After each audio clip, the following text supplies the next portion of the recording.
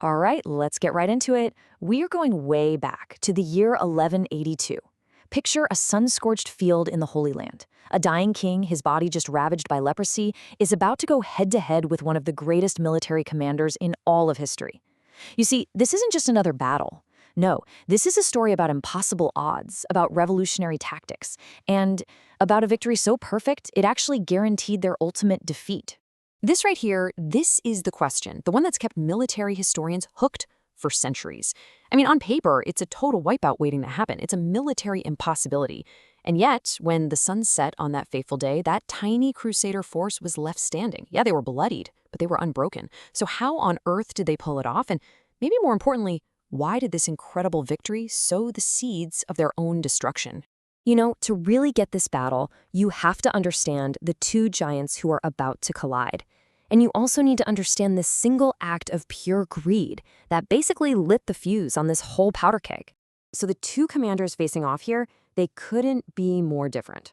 On one side, you've got King Baldwin IV. He's just 21 years old, and leprosy is literally consuming him. I mean, sources from the time say that his attendants had to physically lift him onto his horse. But his mind, his strategic mind, was as sharp as a razor. And on the other side, the legendary Saladin. This man had united the entire Muslim world from Egypt to Syria, bringing incredible discipline and focus where there used to be just chaos. He was a military genius, right at the peak of his power. Now, for a little while, a fragile 2-year truce had brought this tense kind of peace to the region. And honestly, both sides really needed the break to rebuild. But that peace was completely shattered. And not because of some grand religious cause, but because of one man, Reynold of Chatillon. In late 1181, he saw this massive Muslim caravan passing by his fortress, a caravan loaded with riches, and he just couldn't help himself. He attacked, stealing a fortune and taking every single person captive, including, by the way, Saladin's own sister. So, Saladin sends envoys, right? He demands that Reynold return the prisoners and the goods, just like the truce required. And what does Reynold do? He reportedly just laughs in their faces. His reply was such a profound insult that war was now totally, absolutely inevitable. The peace was shattered, Saladin called for jihad, and by May of 1182, the biggest Muslim army seen in generations was on the march. Just look at that number, 40 to 1. That pretty much says it all, doesn't it? For every single crusader knight on that field, Saladin had 40 of his warriors. The disadvantage is just staggering, almost unbelievable. I mean, any military logic would tell you this is a suicide mission. There was simply no conventional way for the crusaders to win this thing, or even survive it. And the numbers, they really tell the full story of this mismatch. Baldwin scraped together every last man he could find, about 750 knights and maybe 4,000 infantry. Saladin's army, though, it was a literal sea of 35,000 men. We're talking 12,000 elite mounted archers, 8,000 regular cavalry, and thousands upon thousands of infantry and volunteers. The dust cloud from their march alone could apparently be seen from 20 miles away. So, facing this just overwhelming force, Baldwin makes a decision that has to have shocked his own commanders. See, the entire strength of the Kingdom of Jerusalem was its network of fortresses. The smart play was to hunker down in the castles and wait out the invasion. But Baldwin, he ordered the unthinkable. He said to strip the garrisons, leave skeleton crews behind, and concentrate every single available soldier into one mobile army. It was a crazy all-or-nothing gamble. If he lost this one battle, the entire kingdom would be left completely defenseless. But you know, Baldwin's gamble wasn't just based on sheer guts. It was based on a revolutionary new secret weapon, a tactical formation that was about to completely change the rules of medieval warfare.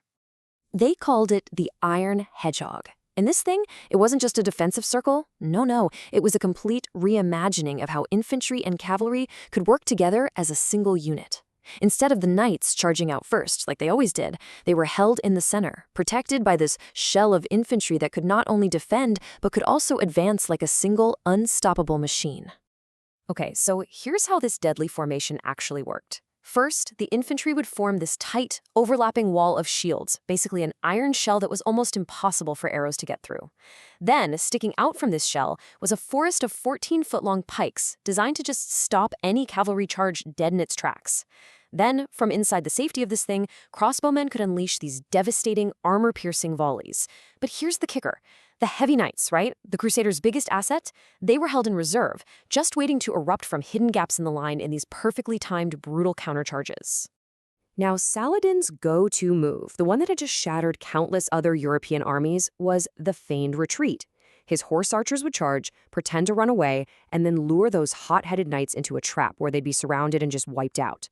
And they tried it over and over again at Belvoir, but it failed every single time. The Crusaders showed this absolutely superhuman discipline. Not one knight broke formation to give chase. The trap never had a chance to spring. So yeah, this refusal to take the bait was impressive. But what happened next? Well, that's what truly shattered Saladin's entire understanding of his enemy.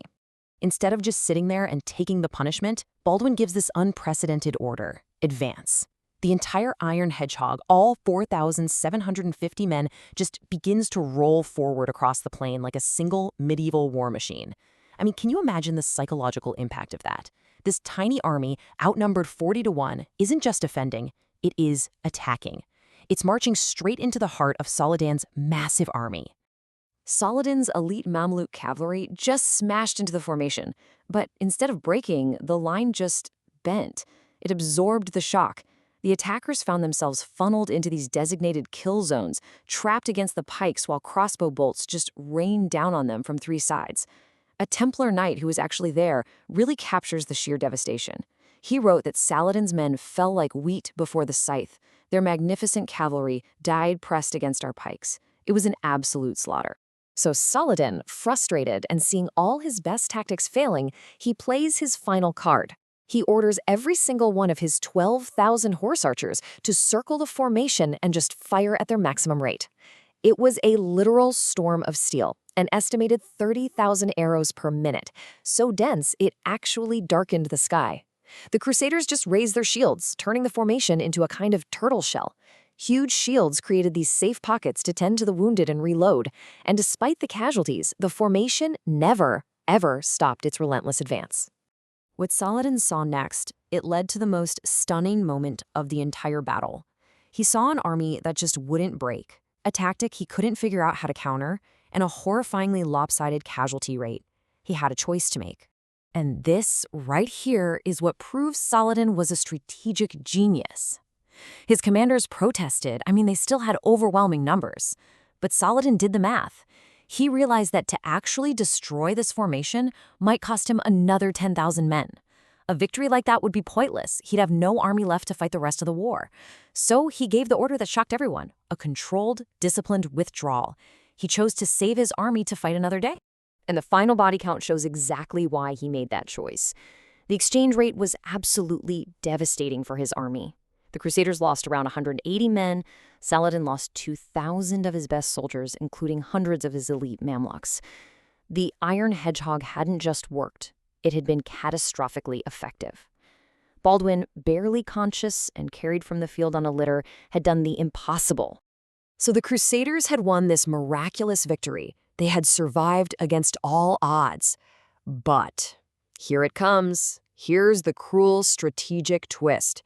This perfect victory would lead directly to their doom. So why did this incredible tactical success end up being a strategic catastrophe? Baldwin had just proven he could beat Saladin in a straight-up fight. How in the world did that become the very thing that destroyed his kingdom?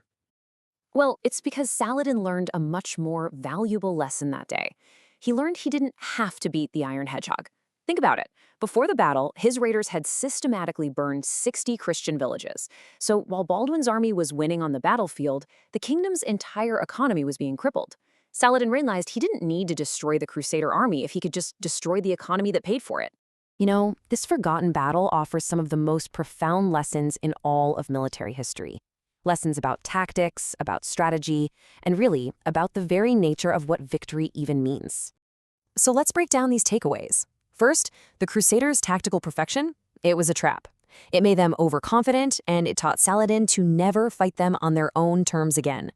Second, and this is so important, the battle showed that economic warfare could be way more devastating than losing on the battlefield. Those destroyed villages meant less tax revenue, less food, and fewer resources to field an army later.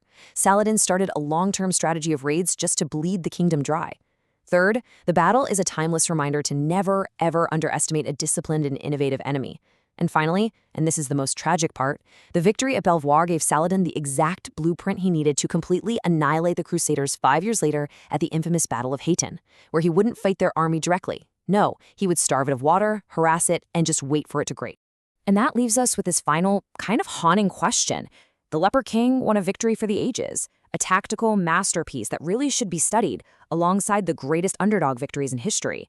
But in doing so, he showed his brilliant enemy the one path that would lead to his kingdom's total destruction. It really makes you wonder, how many other perfect victories in history were actually the first step toward ultimate defeat?